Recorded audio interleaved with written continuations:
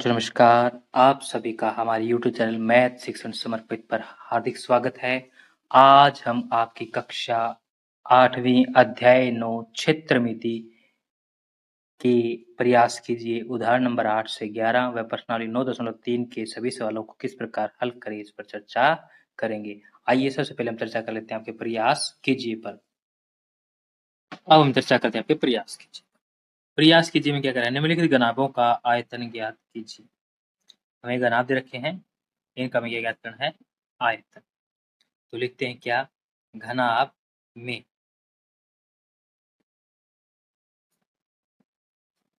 क्या है हमारे पास, इस घनाभ के अंदर लंबाई 8 सेंटीमीटर, चौड़ाई भी 3 सेंटीमीटर और ऊंचाई 2 सेंटीमीटर।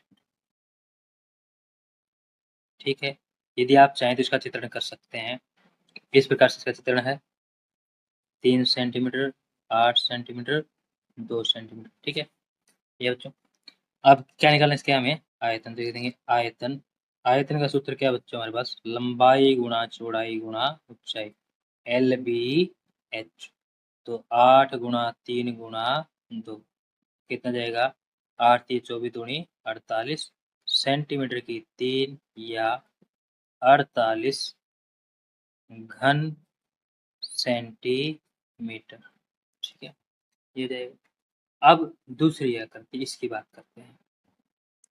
इसके अंदर कुछ इस प्रकार से कर देती है, इसमें क्या है कितना, 24 मीटर की 2, ध्यान से देखिए 24 मीटर की, 24 मीटर की 2 कह रहा है, और ये है 3 सेंटीमीटर। अब 24 मीटर की 2 कह रहा है, तो बच्चों क्या हो सकता है, यही तो सोचने की आवश्यकता है। क्या लिखा गया है इसमें, 24 मीटर की 2 का मतलब क्या है, घनाभ के आधार का अक्षेत्रफल कितना है, 24 मीटर की 2। ठीक है, और ऊंचाई किसमें दी गई हमें, 3 सेंटीमीटर। ऊंचाई सेंटीमीटर में है और ये किस में है, मीटर की 2 में है। अब क्या करें, करना क्या, आयतन निकालेंगे। लिखेंगे आयतन, परंतु एक चीज पहले, क्योंकि यहाँ पर ये मीटर में है, ये सेंटीमीटर, तो इसको किस में बदलेंगे, मीटर में, या 3/100 मीटर या 0.03 मीटर। तो आयतन का सूत्र क्या होता है हमारे पास, लंबाई गुणा चौड़ाई गुणा ऊंचाई। अब जब हम आधार का क्षेत्रफल निकालते हैं तो लंबाई और चौड़ाई तो क्या गया, ये आधार है मान लीजिए ऐसे, तो लंबाई चौड़ाई तो आधार के अंदर आई गई, ऊंचाई ऊंचाई लेनी है, तो ले देंगे आधार का क्षेत्रफल गुणा ऊंचाई, क्या जाएगा, आधार का क्षेत्रफल गुणा ऊंचाई। आधार का क्षेत्रफल 24 गुणा 0.03, तो 24 3 72, तो कितने अंक चाहिए, 2 2 अंक छोड़ देंगे, ऐसे कैसे लगा देंगे, प्रश्न लगा के 0 मीटर की 3 या 0.72 घन मीटर, ये जाएगा जो आपका क्या आंसर। ठीक है, ये जो आपका आंसर। तो इसी के साथ आपका एक प्रयास कीजिए समाप्त होता है। अब हम चर्चा करते हैं अगले प्रयास कीजिए पर। अगले प्रयास कीजिए में क्या करा है, निम्नलिखित घनों का आयतन ज्ञात कीजिए। निम्नलिखित घनों का आयतन ज्ञात कीजिए, 4 सेंटीमीटर भुजा वाला और 1.5 मीटर भुजा वाला। तो लिखेंगे घन का आयतन निकालना, किसका, घन का। तो सबसे पहले लिखेंगे क्या, प्रयास कीजिए, क्या लिखेंगे, प्रयास कीजिए। फिर लिखेंगे इसमें भाग ए, घन की भुजा 4 सेंटीमीटर। फिर लिखेंगे घन का आयतन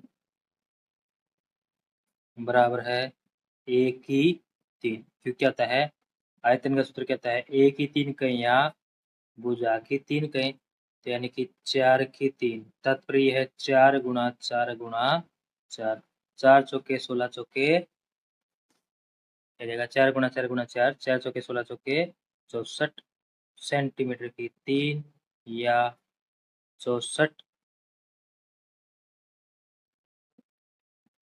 घन सेंटीमीटर। 64 घन सेंटीमीटर, ये बन जाए आपका क्या आंसर। अब हम चर्चा करते हैं इसके भाग नंबर बी पर। लिखेंगे भाग बी, घन की भुजा 1.5 मीटर। लिखेंगे घन का आयतन बराबर है 1/3, या फिर हम कह सकते हैं भुजा की 3, यानी कि 1.5 की 3, 1.5 गुणा 1.5 गुणा 1.5। ठीक है बच्चों, यानी कि 1.5 की 3 बार गुणा, 3 बार गुणा करते हैं 15 के लिए कितना आता है 3,375। तो 1 2 3 अंक हमें छोड़ना है, लिख देंगे मीटर की 3 या 3.375 घन मीटर। ठीक है, ये जाएगा बच्चों। इसी के साथ आपका ये प्रयास कीजिए भी खत्म होता है। अब अगले प्रयास कीजिए पर चर्चा करते हैं। इसमें क्या कर रहा है, संलग्न बेलनों का आयतन ज्ञात कीजिए। इसमें किसका ज्ञात करना है, बेलन का आयतन ज्ञात करना है। तो आइए लिखते हैं क्या, प्रयास कीजिए। आप प्रयास कीजिए में क्या प्रयास कीजिए कह रहा है, कह रहा है कि बेलनों का आयतन ज्ञात कीजिए। तो क्या लिखेंगे, भाग 1 बेलन में, और इसका चित्रण करेंगे। इसका चित्रण करेंगे किस प्रकार, इस प्रकार।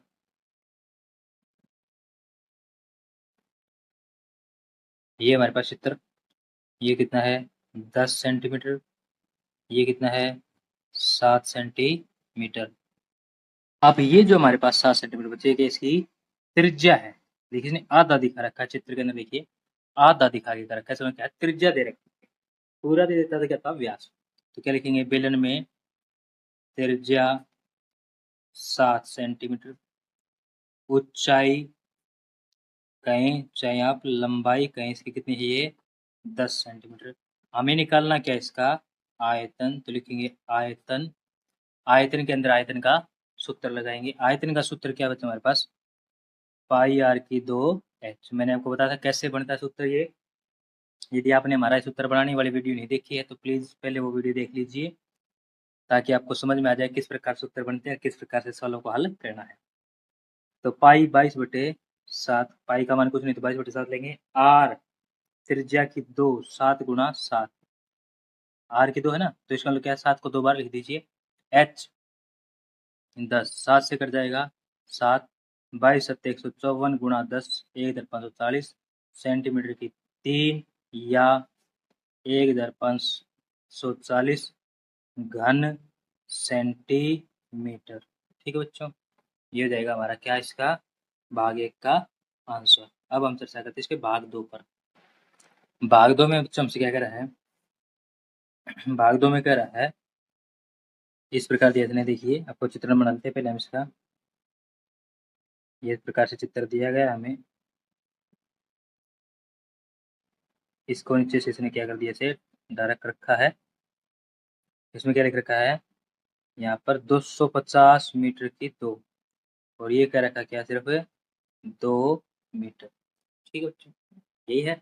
तो अब 250 मीटर की 2 और ये 2 मीटर, तो क्या लिखेंगे, बेलन में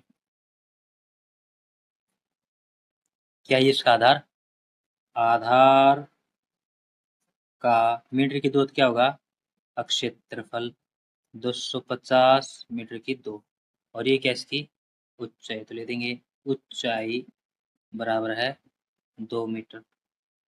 अब लिखेंगे हम आयतन, आयतन का सूत्र बच्चों हमारे पास क्या है, पाई आर की 2h, और आधार का क्षेत्रफल भी क्या आता है, पाई आर की 2। तो हम इसकी जगह क्या लिख सकते हैं, आधार का क्षेत्रफल गुणा ऊंचाई। इसको ऐसे भी लिखा जा सकता है, क्योंकि ये आधार का क्षेत्रफल है, ये ऊंचाई है। तो इसके लिख देंगे 250 गुणा 2, 500 मीटर की 3 या 500 घन मीटर, 500 घन मीटर। ये क्या जाएगा आपका क्या आंसर। क्या जाएगा बच्चों आपका आंसर। इसी के साथ आपका भाग नंबर 2 भी समाप्त होता है। अब हम चर्चा करते हैं आगे आपके उदाहरण नंबर 8 पर। उदाहरण 8 में बच्चों हमारा क्या कह रहा है, एक ऐसे घनाभ की ऊंचाई ज्ञात कीजिए जिसका आयतन 275 सेंटीमीटर की 3 और आधार का क्षेत्रफल 25 सेंटीमीटर की 2 है। तो क्या लिखेंगे इसके अंदर, घनाभ की ऊंचाई में ज्ञात करनी है, तो हम लिख देंगे क्या यहाँ पर, घनाभ का आयतन। उदाहरण नंबर 8 हल, घनाभ का आयतन बराबर क्या हमारे पास 275 सेंटीमीटर की 3 और आधार का क्षेत्रफल कितना दिया इसका, आधार का क्षेत्रफल बराबर है 25 सेंटीमीटर की 2। अभी हमने पीछे देखा था कि आधार का क्षेत्रफल और यदि ऊंचाई को गुणा कर दिए तो क्या जाता है, घनाभ का आयतन आ जाता है। तो अब हम इसका उल्टा कर लें, यानी कि इससे इसको भाग दे क्या जाएगा, घनाभ की ऊंचाई आ जाएगी। तो यहाँ से देखें क्या, घनाभ की ऊंचाई बराबर है घनाभ का आयतन भाग या फिर बटे आधार का क्षेत्रफल। क्या जाएगा, बटे आधार का क्षेत्रफल। घनाभ की ऊंचाई कितनी बचे यहाँ से, घनाभ का आयतन कितना है 275 बटे आधार का क्षेत्रफल 25। तो 25 को काटेंगे 3 हो जाएगा, 25 एकम 25, 25 एकम 25, तो कितना जाएगा 11 सेंटीमीटर। ये जाएगा बच्चों का क्या आंसर। ठीक है, इसी के साथ आपका उदाहरण नंबर 8 समाप्त होता है। अब हम चर्चा करते हैं उदाहरण नंबर 9 पर। उदाहरण 9 क्या कह रहा है, एक घनाभाकार गोदाम जिसकी माप क्या है, जिसकी माप 60 मीटर गुणा 40 मीटर गुणा 30 मीटर है के अंदर कितने घनाभाकार डिब्बे रखे जा सकते हैं यदि एक डिब्बे का आयतन 0.8 मीटर की 3 हो। पहले क्या है, घनाभाकार गोदाम जिसकी माप, तो लिखेंगे घनाभाकार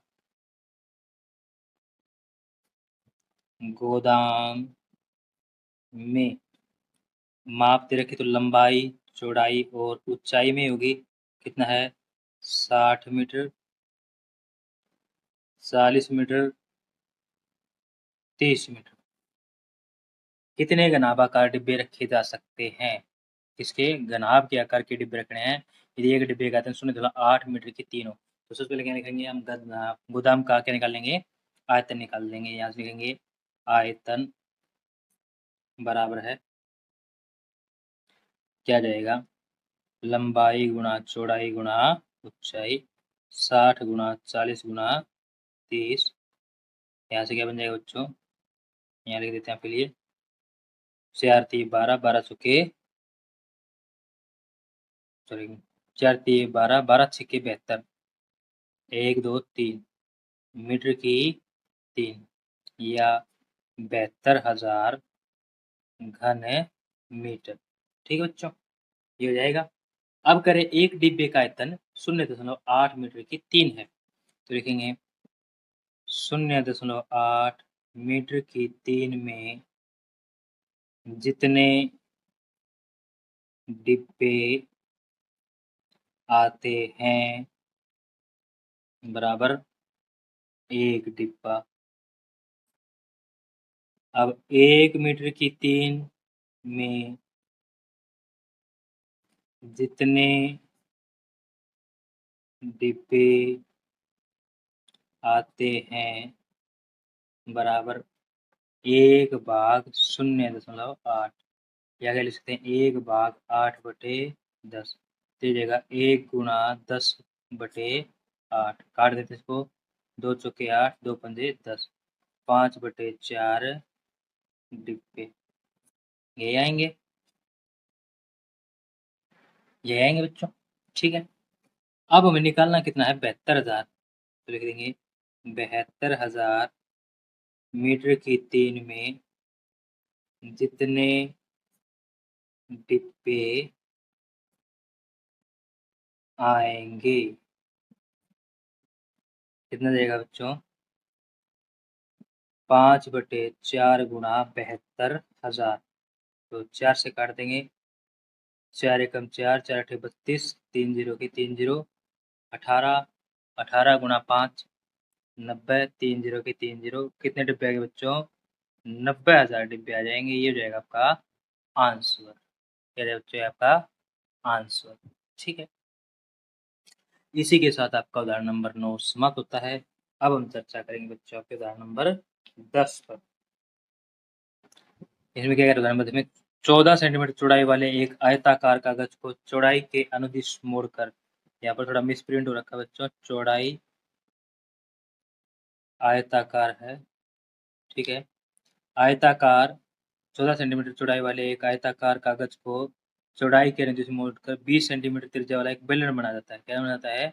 20 सेंटीमीटर त्रिज्या वाला एक बेलन बना जाता है। बेलन का आयतन ज्ञात कीजिए, ठीक है। और क्या करा है? पाई के लिए 22/7 लीजिए। तो लिखते हैं यहाँ पर उदाहरण नंबर 10 और आइए इसे हल करते हैं। उदाहरण नंबर 10 हल। क्या करें बच्चों? 14 सेंटीमीटर चौड़ाई वाले आयताकार कागज को चौड़ाई के अनुदिश मोड़कर, चौड़ाई के अनुदिश यानी कि मान लीजिए इस प्रकार ये कागज है, ये इसकी आपकी क्या है? लंबाई, ये है चौड़ाई। अब चौड़ाई के अनुदिश मोड़ा गया तो इसका मतलब क्या है? चौड़ाई वाली तरफ से घूमेगा और यूं घूमकर इस प्रकार बनेगा कुछ, ठीक है। इस प्रकार घूम के बनेगा, तो चौड़ाई जो वो क्या बन जाएगी? ऊंचाई बन जाएगी। तो क्या लिखेंगे यहाँ पर? आयताकार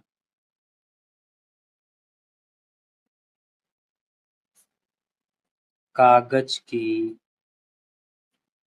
चौड़ाई बराबर है 14 सेंटीमीटर, ठीक है।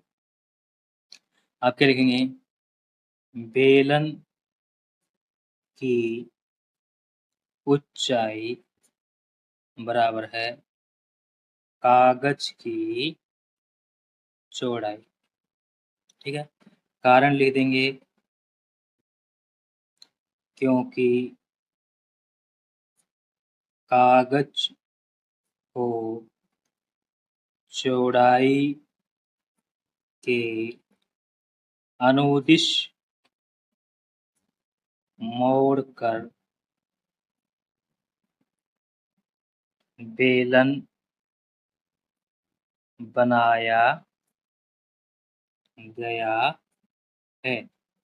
जैसे जाएगा बेलन की ऊंचाई, क्या जाएगा? बेलन की ऊंचाई बराबर कागज की चौड़ाई कितनी है? 13 सेंटीमीटर। फिर क्या कह रहा है?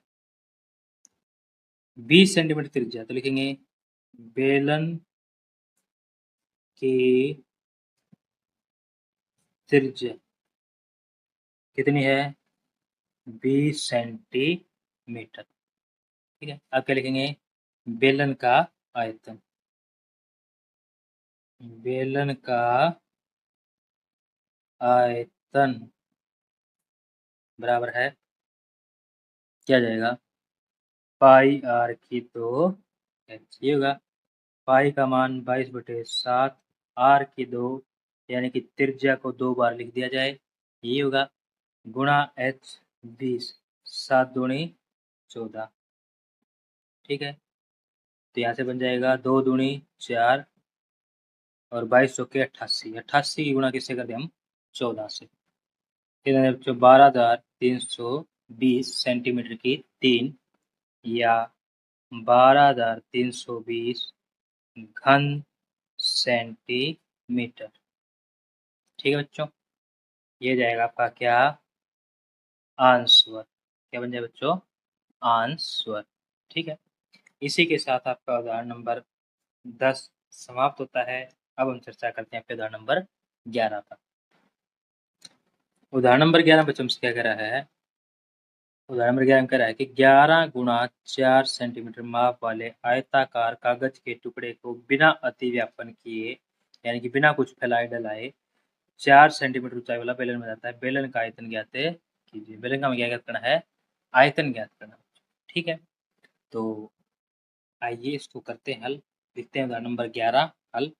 11 गुणा 4 सेंटीमीटर, तो यहाँ पर कागज बना लेते हैं अपना 11 4, 11 लंबा 4 चौड़ा है। अब उसने क्या किया, बेलन जो बना है वो 4 सेंटीमीटर ऊंचाई का बना दिया।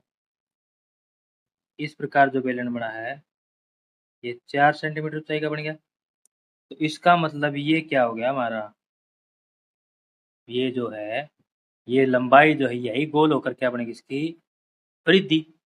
तो क्या लिखेंगे, आयताकार कागज की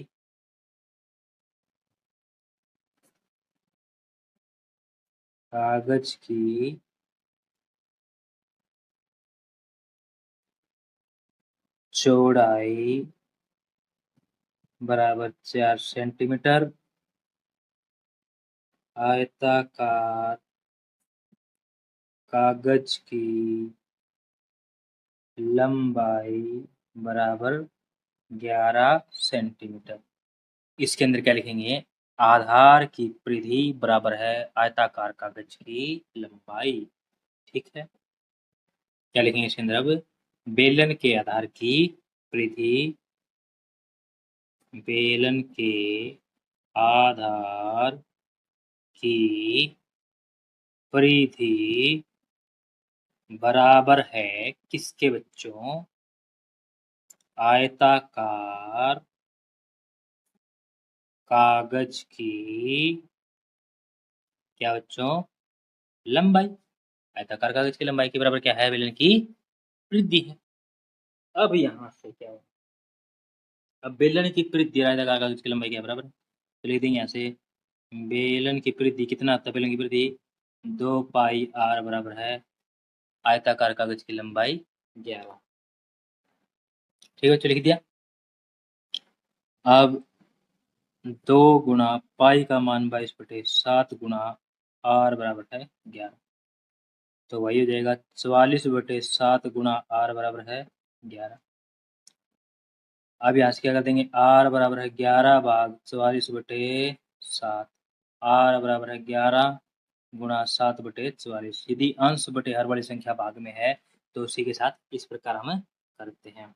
यहाँ से क्या जाएगा, 11 चौके 44, आर बराबर है 7/4।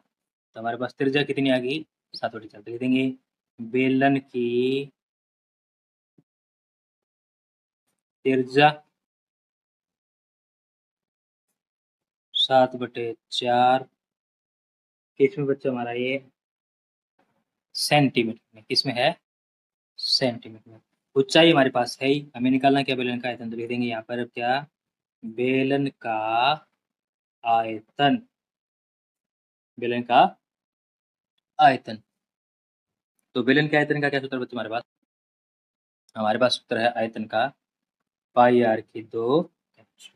तो पाई आर की 2h है, तो पाई का मान कितना बच्चा यहाँ पर 22/7। यदि कुछ भी मान ना दिया जाए तो पाई का मान क्या लेते हैं हम 22/7 लेते हैं, गुणा आर की 2, यानी कि 7/4 के 2 बार गुणा, 7/4 गुणा 7/4 गुणा h, ऊंचाई कितनी थी 4, तो 1 4 से 4 कट जाएगा, 7 से 7 कट जाएगा, 2 दूनी 4, 2 से जाएगा 11 पर, कितना जाएगा 77/2 सेंटीमीटर की 3 या 77/2 घन सेंटीमीटर। ठीक है, या आप इसको क्या बना सकते हैं, दशमलव में बना सकते हैं, 2 3 6, 2 8 16 और 5 सेंटीमीटर की 3 या 38.5 घन सेंटीमीटर। ये जाएगा बच्चों आपका क्या आंसर।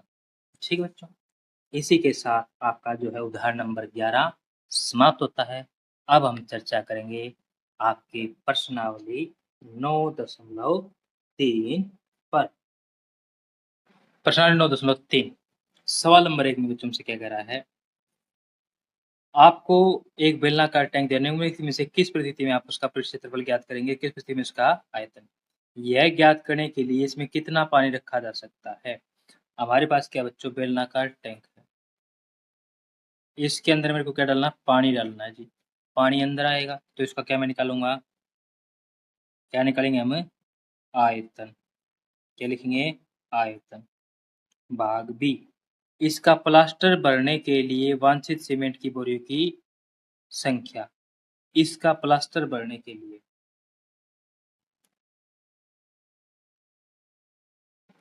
प्लास्टर भरने का मतलब क्या है, इसको प्लास्टर करना है तो हम अंदर नीचे तली पे प्लास्टर नहीं करते, ऊपर छत पे प्लास्टर नहीं हुआ, बाहर बाहर प्लास्टर होगा तो क्या निकालेंगे इसका पृष्ठीय क्षेत्रफल, सॉरी वक्र नहीं बच्चों, पृष्ठीय क्षेत्रफल, यानी कि जहां से मन करेंगे वहां वहां इसका हम पूरे संपूर्ण पे भी कर सकते हैं, जहां मन करेगा वहां वहां प्लास्टर को कर सकते हैं, पूरे को प्लास्टर किया जा सकता है। सी, इसे भरे पानी से, इसमें भरे पानी से छोटे टैंकों की संख्या, भाई कितने टैंक इसे छोटे टैंक भरे जा सकते हैं, वो तो हम तभी पता है इसके अंदर कितना पानी है तभी, तो उसके लिए क्या चाहिएगा हमें आयतन चाहिएगा, तो लेकिन क्या आयतन, ठीक है। इसी के साथ आपका सवाल नंबर 1 समाप्त होता है। अब हम चर्चा करेंगे आपके सवाल नंबर 2 पर। सवाल नंबर 2 में हमसे कह रहा है कि बेलन का ए का व्यास 7 सेंटीमीटर, ऊंचाई 14 सेंटीमीटर, बेलन बी का व्यास 14 सेंटीमीटर, ऊंचाई 7 सेंटीमीटर, परिकलन किए बिना क्या बता सकते हैं, यानी कि देखते हुए सिर्फ कोई कल्पना करे इन दोनों में से किसका आयतन अधिक है। तो यदि हम देखें ध्यान से, जिसकी त्रिज्या ज़्यादा होगी उसी का क्षेत्रफल ज़्यादा होने के चांस ज़्यादा होते हैं, क्योंकि ऊंचाई के साथ साथ त्रिज्या ज़्यादा हो तो फिर मटेरियल ज़्यादा आता है इसके अंदर, ठीक है। तो दोनों बलों का आयतन ज्ञात करते हुए इसका स्थापन भी ज्ञात कीजिए। हमें क्या करना है, इसका स्थापन भी करके दिखाना है। फिर कह रहा है कि जांच कीजिए क्या अधिक आयतन वाले बेलन का पृष्ठीय क्षेत्रफल भी अधिक है, जिसका आयतन अधिक है क्या उसका क्षेत्रफल भी अधिक है। मैंने कहा कि बी का अधिक है, यदि एक्चुअल में बी का अधिक आता है तो हमें चेक करना है क्या क्या बी का क्षेत्रफल भी अधिक है या नहीं है। तो हम लिखेंगे सबसे पहले क्या, बेलन ए में चित्रण करेंगे इसका,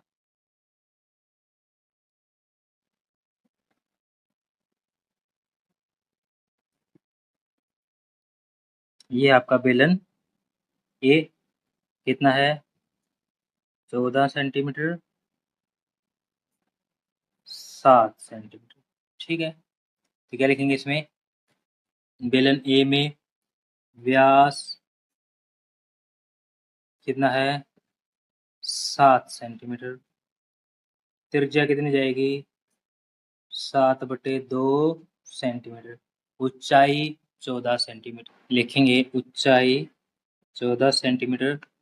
अब लिखेंगे क्या, आयतन पाई आर की 2 एच 22/7 गुणा आर की 2 7/2 गुणा 7/2 गुणा एच 14, क्योंकि त्रिज्या कितनी थी r/2 है, वो 7/2 है, इसलिए ये जाएगा। आर का मतलब था त्रिज्या, तो 7 से 7 कट गया, 2 से जाएगा कितने पर 11 पर, 2 से जाएगा 7 पर, तो 11 गुणा में 49 करना है, 539 सेंटीमीटर की 3 या 539 घन सेंटीमीटर, ठीक है। अब लिखेंगे क्या, बेलन बी में, इसमें बेलन है बी में,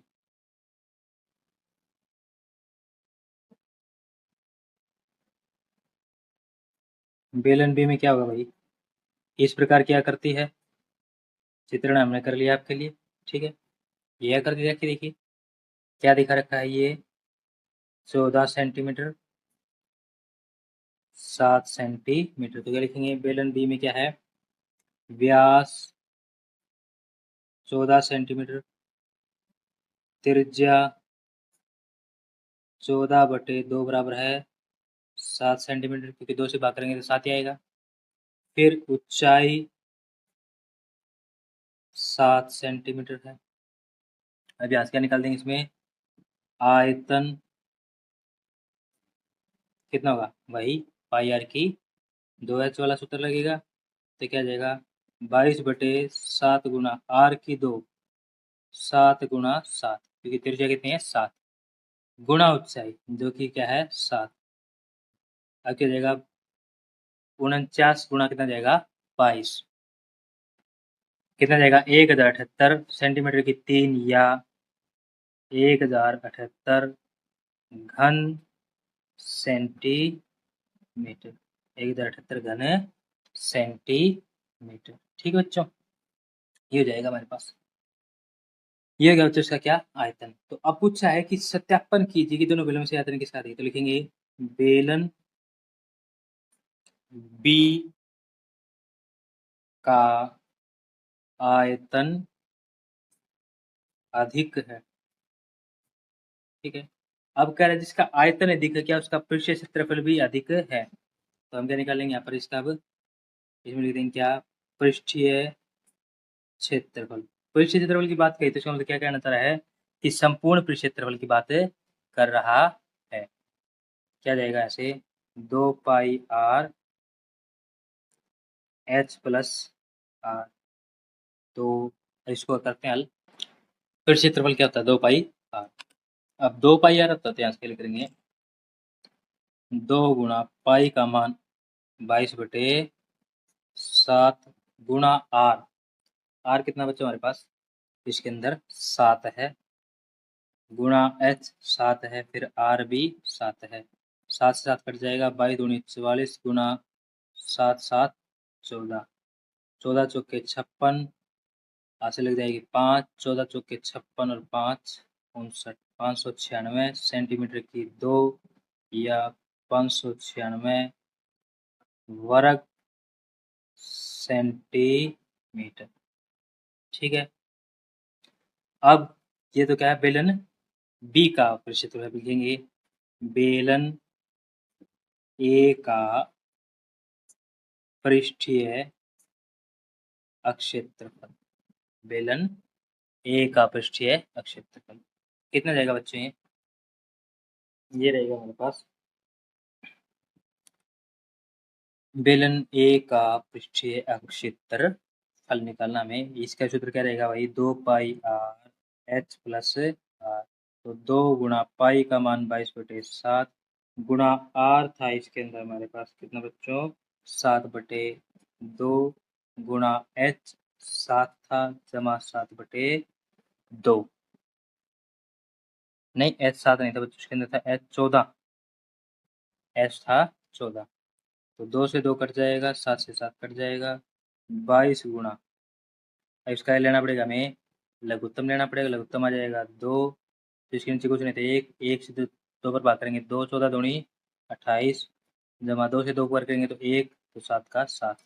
तो क्या जाएगा ऐसे 22 गुणा 35/2, 2 से गुणा कर देंगे कितना जाएगा 11। 11 को जब 35 से गुणा करेंगे तो हमारे पास कितना आएगा 35 को जब 11 से गुणा कर देंगे तो हमारे पास जाएगा 5 385। ठीक है, सेंटीमीटर की 2 या 385 वर्ग सेंटीमीटर। अब देखिए बेलन बी का 596, इसका है 385, लिख देंगे। हमें क्या चेक करना था कि जिसका आयतन अधिक है, क्या अधिक आयतन वाले बेलन का क्षेत्रफल भी देखेंगे। हाँ, अधिक आयतन वाले बेलन का पृष्ठीय क्षेत्रफल भी अधिक है। क्या है पृष्ठीय क्षेत्रफल भी अधिक है। ये जाएगा बच्चा आपका क्या है यहाँ पर आंसर। इसी के साथ आपका सवाल नंबर 2 समाप्त होता है। अब हम चर्चा करते हैं आगे आपके सवाल नंबर 3 पर। उदाहरण सवाल नंबर 3 में कह रहा है एक ऐसे घनाभ की ऊंचाई ज्ञात कीजिए, घनाभ की ऊंचाई ज्ञात कीजिए जिसके आधार का क्षेत्रफल 100 सेंटीमीटर की 3 और आयतन 900 सेंटीमीटर की 3 है। तो लिखेंगे क्या नंबर 3 हल। क्या लिखेंगे घनाभ के आधार का क्षेत्रफल, घनाभ के आधार का क्षेत्रफल कितना बच्चों 180 सेंटीमीटर की 2। फिर अब हम इसमें लिखेंगे क्या घनाभ का आयतन, घनाभ के आधार का क्षेत्रफल दिया हमने। अब लिखेंगे घनाभ का आयतन बराबर है 900 सेंटीमीटर की 3। अब कह रहा है घनाभ की ऊंचाई कितनी लिख देंगे यहाँ पर क्या घनाभ की ऊंचाई बराबर क्या आता है? आयतन बटे आधार का क्षेत्रफल। तो 10 से 10, 18 पंजे 90, कितना गया? 5 सेंटीमीटर। ये हो जाएगा बच्चों की आपका आंसर। ठीक है, इसी के साथ आपका सवाल नंबर 3 समाप्त होता है। चर्चा करेंगे आपके सवाल नंबर 4 पर। सवाल नंबर 4 में हमारा क्या कह रहा है बच्चों? सवाल नंबर 4 में हमसे कह रहा है घनाभ की विमाएं 60 सेंटीमीटर, 54 सेंटीमीटर, 3 सेंटीमीटर। इस घनाभ के अंदर 6 सेंटीमीटर भुजा वाले कितने छोटे घन रखे जा सकते हैं? तो लिखेंगे घनाभ में क्या है? एल बी एच लंबाई, चौड़ाई, ऊंचाई 60 सेंटीमीटर, 54 सेंटीमीटर और 30 सेंटीमीटर है। यहाँ से क्या निकाल देंगे? इसका आयतन। क्या निकाल देंगे? आयतन। क्या आता है? एल बी एच लंबाई गुणा चौड़ाई गुणा ऊंचाई। तो गुणा कर लेते हैं इसकी। कितना जाएगा बच्चों हमारे पास? गुणा करेंगे आप तो हो जाएगा 6 3 18, 18 गुणा कर लेंगे हम आपके यहाँ 54, तो जाएगा 9,97,200। 9 लाख बता नहीं, 97,200 सेंटीमीटर की 3 या 97,200 वर्ग सेंटीमीटर। अब कह रहा है कि इसके अंदर 6 सेंटीमीटर वाले कितने घन, घन कह रहा है ना, तो लिखेंगे घन की भुजा बराबर 6 सेंटीमीटर, घन का आयतन बराबर 1 की 3 यानी कि 6 की 3 बराबर 6 गुणा 6 गुणा 6। 6 का घन यदि आपको याद हो तो आसानी से आपका काम बन सकता है। 6 गुणा 6 गुणा 6 ये होता है 216 सेंटीमीटर की 3 या 216 घन 216 सेंटीमीटर की 3 या घन सेंटीमीटर। ठीक है बच्चों, इतना कर दिया आपने। इसके पश्चात आगे आगे क्या कह रहा है? इसके अंदर कितने छोटे घन रखे जाते? लिखेंगे 216 सेंटीमीटर की 3 में जितने घन रखे जाते हैं बराबर कितने घन रखे जाते हैं बच्चों? एक घन ही रख सकते हैं इसके अंदर। 1 सेंटीमीटर की 3 में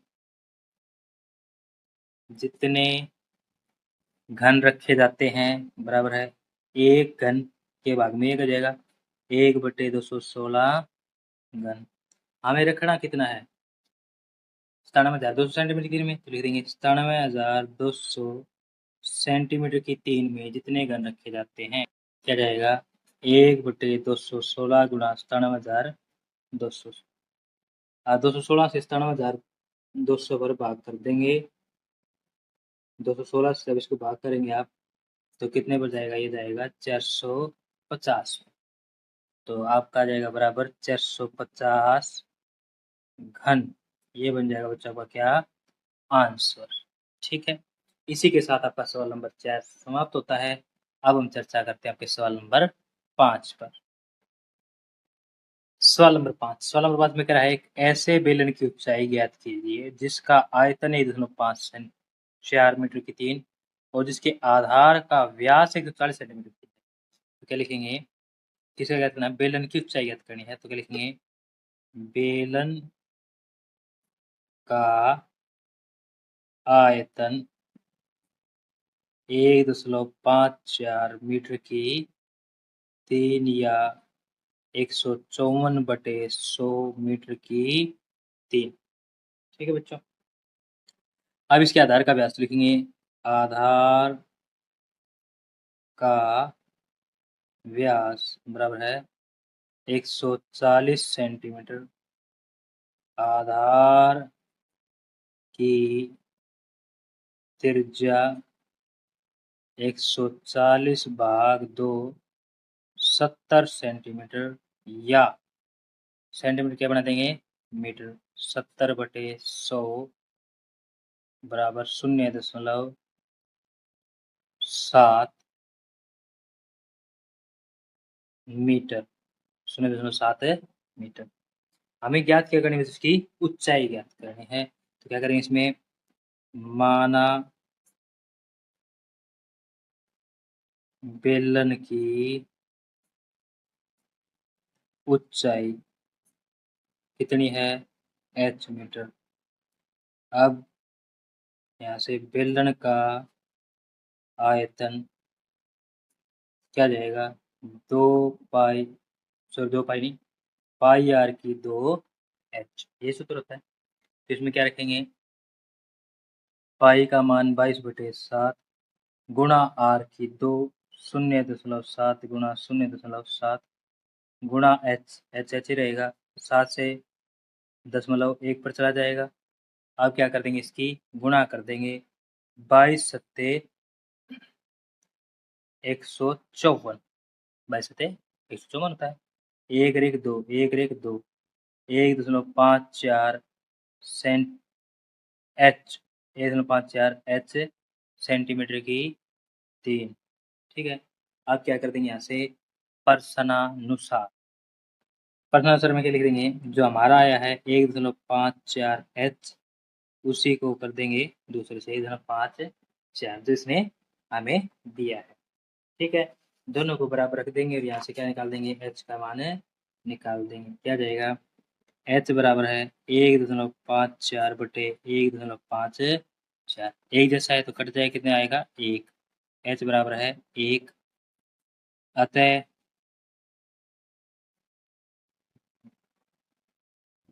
बेलन की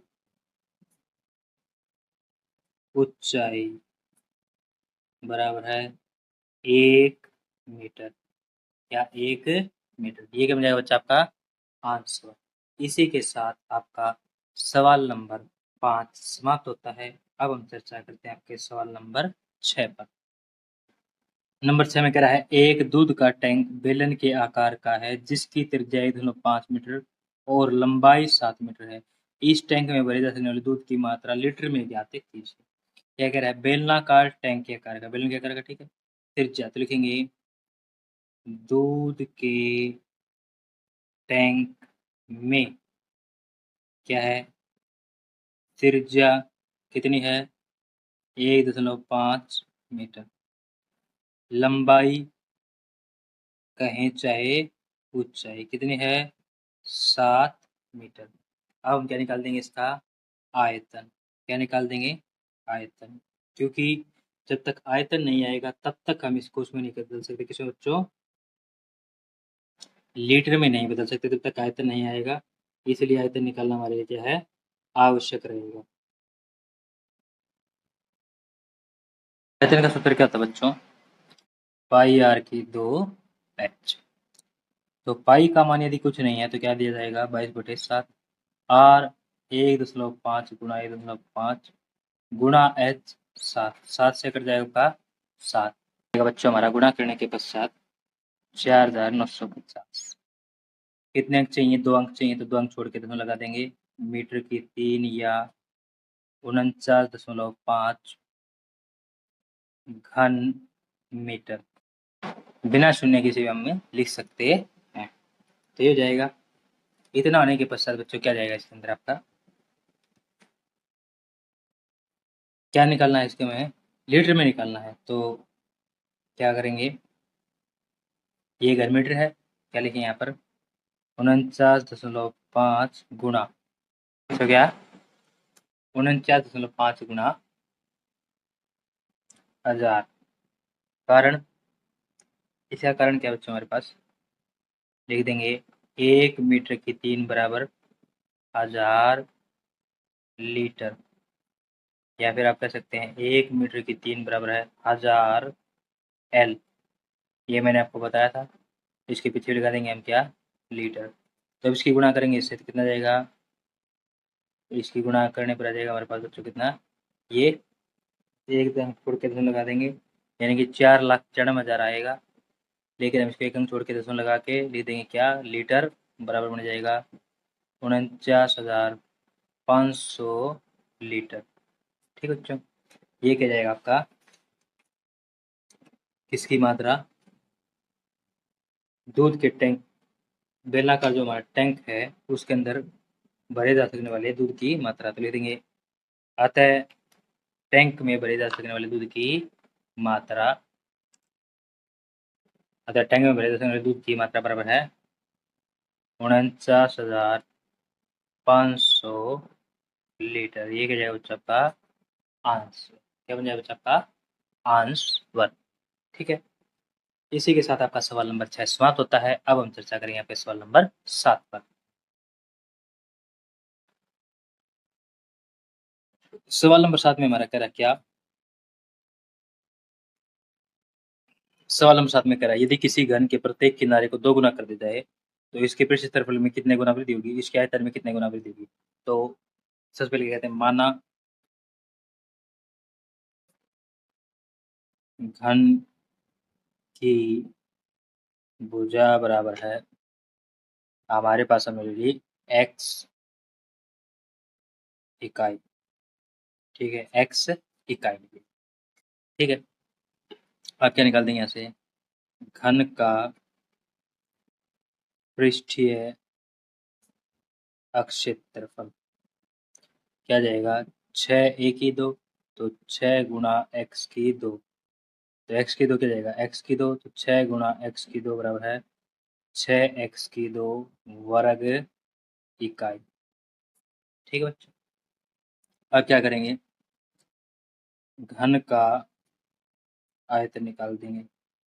क्या आता है, a की 3, a की 3 तो याद किया जाएगा x की 3, यानी कि x की 3 वर्ग इकाई। ठीक है, आप क्या लिखेंगे, प्रत्येक किनारे को दुगुना करने पर घन की भुजा, घन की भुजा कितनी बन जाएगी, कितनी बच्चों, x थी, 2 गुना कर देंगे कितनी रहेगी, 2x। अब क्या लिखेंगे, घन का पृष्ठीय क्षेत्रफल, जो घन का पृष्ठीय क्षेत्रफल कितना आता है, 6 1 की 2। अब भुजा कितनी है जी, 2x, तो 2x की 2, तो 6 गुणा 2 दूनी 4x की 2, कितना जाएगा, 24x की 2 वर्ग इकाई। ठीक है बच्चों, अब निकालेंगे यहाँ से घन का आयतन, कितना था वो, a की 3, यानी कि x की जगह क्या कर देंगे, 2x की 3, 2x 3 का मतलब क्या, 2x गुणा 2x गुणा 2x, तो 2 दूनी 4 दूनी 8, x x x x की 3 घन इकाई। ठीक है बच्चों, तो अब लिखेंगे नंबर 1, इसके पृष्ठ क्षेत्रफल में कितनी गुना वृद्धि, इसके पृष्ठीय क्षेत्रफल में, देखो ये है 24x, पहले था कितना, 24x की 2, पहले था 6x की 2, अनुपात कर लीजिए, x की 2 से x की 2 कट जाएगा, 6 कम 6, 6 चौके 4, 1 से कितना गया 4, तो कितना जाएगा, 4 गुना वृद्धि होगी। क्या होगा, 4 गुना वृद्धि होगी। अब नंबर 2 कह रहा है, इसके आयतन में कितनी गुना वृद्धि, लिखेंगे इसके आयतन में 8x की 3 आ रहा है, पहले कितना आ रहा था हमारे पास, x की 3, यही था, तो 8x की 3, x की 3, x की 3 से x की 3 कट गया, 8 अनुपात 1 बच गया, 1 से कितना गया 8, तो कितना जाएगा, 8 गुना वृद्धि होगी। क्या बच्चों, 8 गुना वृद्धि होगी। ठीक है, तो इस प्रकार आपका सवाल नंबर 7 समाप्त होता है। अब हम चर्चा करते हैं आपके सवाल नंबर 8 पर। सवाल नंबर 8 में कह रहा है, एक कुंड के अंदर 60 लीटर प्रति मिनट की दर से पानी गिरा। यदि कुंड का आयतन 108 मीटर की 3 है तो ज्ञात कीजिए कुंड को भरने में कितने घंटे लगेंगे। हमें ज्ञात करना है कुंड को भरने में कितने घंटे लगेंगे। तो आइए इसको लिखते हैं। सवाल नंबर 8 हल लिखेंगे। इसमें क्या, कुंड का आयतन बराबर है 108 मीटर की 3। 108 मीटर की 3 है, इसको बना लेंगे या 108 गुणा में 1000 लीटर। कारण क्या है, 1 मीटर की 3 बराबर है 1000 लीटर होता है बच्चों। ठीक है, कुंड का आयतन कितना बच्चों, ये यहाँ से आ गया, कितना बन जाएगा ये लीटर, कितना 1,08,000 लीटर। ठीक है, ये हमारा गया लीटर में। क्या कर रहा है कि 60 लीटर प्रति मिनट से गिर रहा है, तो लिखेंगे 60 लीटर पानी भरने में लगा समय कितना है, 1 मिनट। 1 मिनट लेकर अब लिखेंगे इसमें 1 लीटर पानी भरने में लगा समय 1/60 मिनट। ये लगा। भरना मेरे को कितना है 10,800, लिखूंगा 10,800 लीटर पानी भरने में लगा समय बराबर है 1/60 गुणा 1,00,000 1,08,000। 10 से 10 इसको भाग कर देते 6 से 6 कम 6 और फिर आ जाएगा 6 8 48 2 0 की 2 0 1800 मिनट। कितने बच्चों, 1800 मिनट। अब 1800 मिनट हैं, इसी क्या बना देंगे या कर देंगे क्या 1800 भाग 60। ये क्या बन जाएगा आपका अब घंटे। क्या बन जाएगा घंटे। तो 1 0 से 1 0 6 3 18 बराबर है 30 घंटे। अब इसको चाहें तो आप क्या लिख सकते हैं, या 30 घंटे क्या बन सकते हैं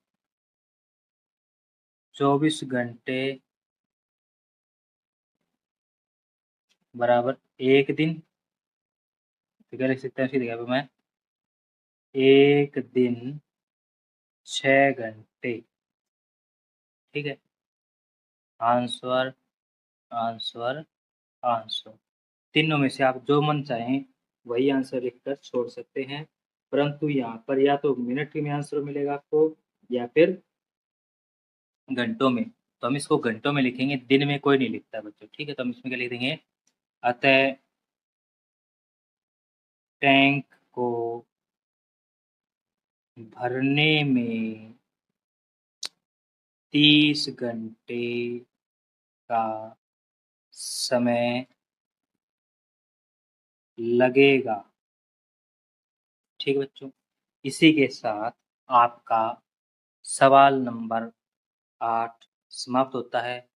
आप और इसी के साथ आपकी प्रश्नावली 9.3 भी समाप्त होती है और आपका अध्याय नंबर 9 भी यहीं पर समाप्त होता है और आज का हमारा ये वीडियो भी यहीं पर समाप्त होता है। यदि आपको हमारा वीडियो अच्छा लगा तो हमारे वीडियो को लाइक करें। यदि आप तक आपने हमारे चैनल को सब्सक्राइब नहीं किया है तो हमारे चैनल को सब्सक्राइब करें, अपने सभी फ्रेंड्स के साथ शेयर करें, व बेल आइकन को दबाना ना भूलें। धन्यवाद।